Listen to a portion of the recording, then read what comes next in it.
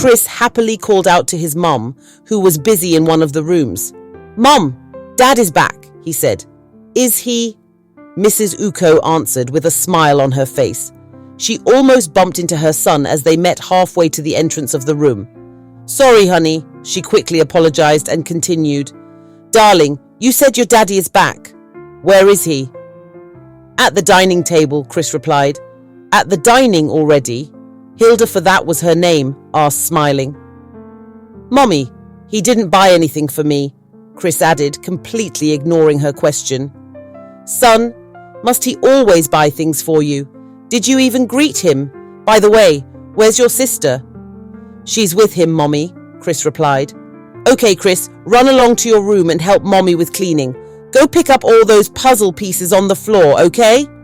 "Okay, Mommy," her 4-year-old yelled as he dashed into his room. Once she was done with her son, Hilda hurried to where Chris had said her husband was. But to her surprise, he wasn't there. Just as she was starting to feel puzzled, she heard his voice in a soft tone. "Here I am, honey." She swiftly turned and saw him sitting at the breakfast table in the kitchen. Confused, she stood at the entrance, staring at her husband without saying a word. Finally, when she seemed to find her voice, she smiled and took a few steps toward him. "Oh, Toby, for Christ's sake, what are you doing sitting in the kitchen with your briefcase on the table?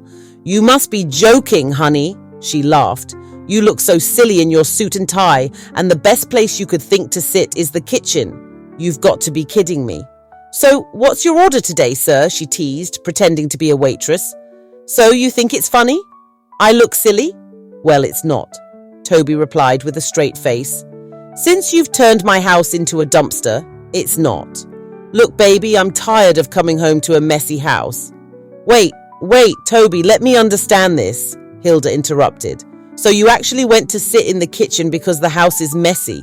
You wanted to spite me. Now I really know you mean business. Give me the baby. I think it's time we settle this. I really need to talk." She couldn't continue as her voice broke and she sniffled. "There she goes again," Toby muttered. "Stop, Hilda. Don't make a scene out of nothing." "Nothing!" Hilda almost yelled. "Wait for me. Let me lay Kristen on the bed." She sniffed again, trying hard not to wake the sleeping child or alert her son. Before Toby could reach the room, Hilda came out hastily. "Come on, baby," Toby pleaded, trying to hold her hand.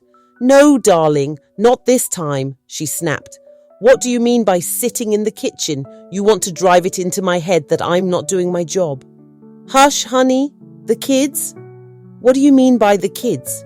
You knew they were here when you came home, and the best place you found to sit was the kitchen. Why didn't you find a spot in the garage instead?" "Look, Hilda, I'm serious. If you don't want to change, I might as well move my things to the garage and stay there. I expect to come home to a neat and clean house after a hard day's work. I've tried several times to make you understand, but since you think I'm too hard on you, well, I don't know what else to say. I don't see why this house can't be clean all the time without toys on the floor or cushions scattered all over the place, especially when you've had nothing to do all day. You're always using the kids as an excuse." "Nothing to do?" Hilda cried, tears streaming down her cheeks. "You said I do nothing, Toby. That I use my children as an excuse? I've had enough of this. Taking care of your kids is nothing. Cooking is nothing. Cleaning this house means nothing to you. Look at me. I haven't even taken a bath today because I was busy cleaning the room when you came in. Do you know how many times I've arranged this house today only to find it scattered the next minute, and now you say I do nothing?" "Here we go again. The children," Toby snapped. "Are we the only couple with kids? Visit our friends and see how their houses look." "Don't tell me you have a woman outside," Hilda shot back. "I know the few friends we have here, and I know how their houses look." "You'll never see things straight," Toby muttered under his breath. "What is there to understand? You visit people's houses and compare me with them." "Oh, God," Hilda sobbed. "Only God knows the stress I go through each day to make this house comfortable for us. I don't even know when I last took a nap. I'm the first to wake and the last to sleep." "Fine," Hilda continued. "I think it's time we switch places for a week. Let's do it. You take my job and I'll do yours." Point of correction, Toby replied. It's not a job. Taking care of kids and doing a few house chores? You've got to be kidding me. I'm serious, Hilda insisted.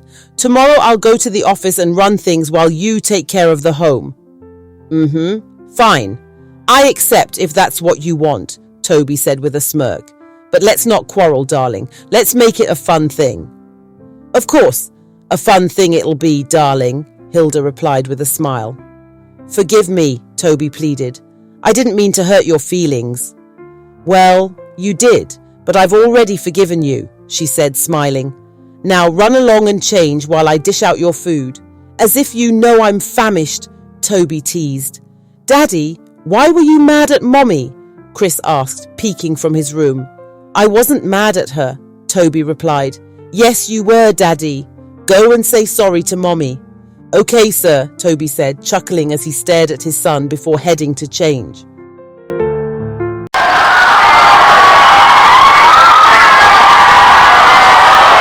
was like a joke, but Toby and his wife had agreed on a bet.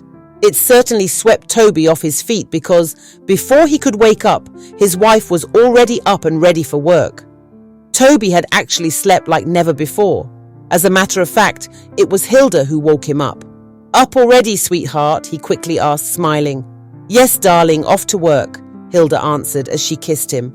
Oh, darling, must we do this? Toby continued. I thought it was meant to be a joke. Why don't you forget it? Let me take a day off. We can go out, just the two of us. Let's go out and relax. What do you say? Well, you didn't sound like you were joking when you told me that. I use our kids as an excuse, Hilda replied. Forgive me, Toby pleaded, holding her hand. I'm late to work, honey. Besides, there's nothing to forgive in this. A bet is a bet. Remember your words. It's just for fun. If there's anything you want me to help you with, let me know before I leave. Don't worry, dear, I got this. There's no big deal in taking care of 2 little kids, Toby bragged.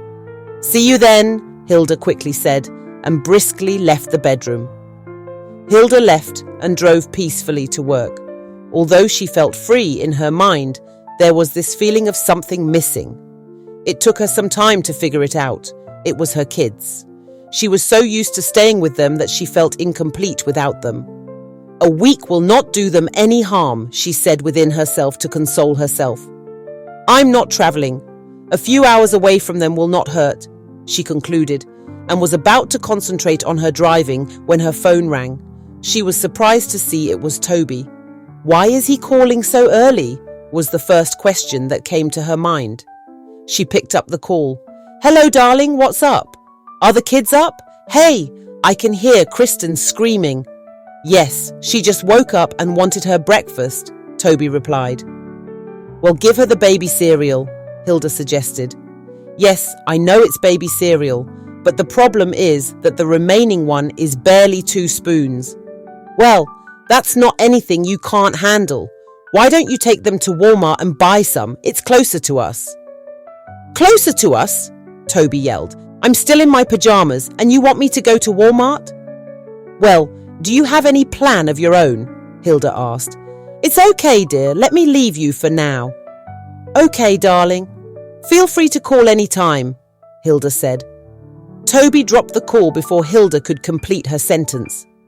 He couldn't handle the screaming from their 2-year-old daughter, Kristen.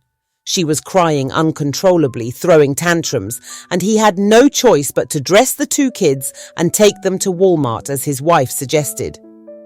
But as he was about to enter the kitchen, where he had been with his son before the chaos started, he was shocked by what he saw. His son, Chris, had kept himself busy practicing how to be a chef. He had smashed a whole crate of eggs Toby had left on the breakfast table and messed up the kitchen trying to practice skiing with the egg whites. Jesus Christ! Toby screamed at the top of his voice, all the while trying to properly hold his daughter, who was wiggling herself like a wiggle worm. He wouldn't let her slip and fall. Son, what do you think you're doing? Toby asked. Skiing, Daddy. It's slippery and so much fun, the innocent boy answered. Skiing with eggs? What on earth gave you that idea? Come here right now. Help, Daddy, Chris screamed. I'm falling, it's slippery. Get hold of the fridge, Chris, Don't leave it until... Now give me your hand, you nut. You've messed up everything, creating more work for me. I'm just trying to help, Dad. Thanks for your help, Toby snapped and swallowed hard. Thank God you didn't hurt yourself. Meanwhile, Kristen had stopped crying and was now asleep. Toby gently put her on the couch as quietly as he could to avoid waking her. She's serious, Wahala, he muttered to himself as he set out to clean both his son and the kitchen. On the other hand, Hilda was trying to keep up with the stress at their group home. An hour before this, the whole establishment had been in commotion as the staff struggled to separate her from an aggressive patient. She had been making her rounds when he pounced on her. It took the effort of 2 strong men to get his hand off her hair. He nearly ripped it all off, but only succeeded in giving her a deep scratch. She regretted ever agreeing to such a foolish plan and was ready to accept defeat when her phone rang again. Hello, darling, proud daddy of the day. Quit talking foolishly, darling, and tell me what green candy is all about, Toby interrupted. Darling, I can hear Kristen screaming. What's going on? Now it's green candy and nothing more. I've offered her all the candy we have here and she has refused. She's trying to drive me crazy, Toby exclaimed. Oh, darling, I'm sorry. We've run out of lollipops. That's green candy, Hilda replied. Just as we've run out of everything else? Hilda, is this a setup or what? We actually do not have anything here. Am I to blame? I wanted to help when I asked if there was anything I could do before I left, but you said, you got it. By the way, has she eaten? Check and find out if her diaper is full. The problem might not actually be the green candy. Must it be green? Why not choose from any primary colour? Toby retorted. You can ask her that. It's lollipop, I've told you. Has she eaten at all? Why is she crying like that? Well, she slept before I could feed her, Toby admitted. So you're telling me that she hasn't taken anything since morning? Why didn't you find a way to feed her? Some children eat while they're asleep. Well, I have never heard of that. Please cut the phone and take proper care of my kids, okay? Yes, darling. Lord help me. Toby sighed. Kristen started yelling again. Sorry, Mama, my pearl. I didn't mean to scream, Toby pleaded as his daughter cried louder and then vomited on him. Please, Nena, Enwa, Mara, Obinaya, Ebazila, okay, my darling child, don't cry anymore, okay? Daddy, what did you do to her? Chris asked. Nothing, Chris. Why don't you go and take a nap? But I'm not sleepy, Daddy. I know, but you need rest. Well, I'm not tired yet. Carry her, Daddy. Do it like Mommy. Like Mommy, Toby muttered. Chris, I'm sorry, son. I can never do it like Mommy, he admitted, as he ran to get a wet towel to clean himself up. Chineke ekwala. God forbid. What have I gotten myself into? Toby muttered. Just then, Chris yelled, Help! I want to pee. Daddy, it's really coming out. Wait, Chris, I'm coming, Toby called out. Toby rushed, but not in time. Chris was already wet. Why didn't you tell me on time? Toby questioned angrily. But I did, Daddy, Chris replied innocently. Yes, you did. Run along to the bathroom. I'm coming to change you. But it's locked. I'm coming to open it. Just go before I lose my mind. After taking care of Chris, Toby ran to the fridge to get some milk for Kristen. He was mumbling as he went about it. Just look at me, running around like a maniac. This is ending as soon as she gets back. Ogini kamji isikolu. What did I get myself into? Ebi kamga ebido. Where will I start from? Chim, God, I'm done as soon as she steps in. As if on cue, the doorbell rang and Hilda came in. She hastily slumped on the couch, resting her head on the cushion. How are you, my baby?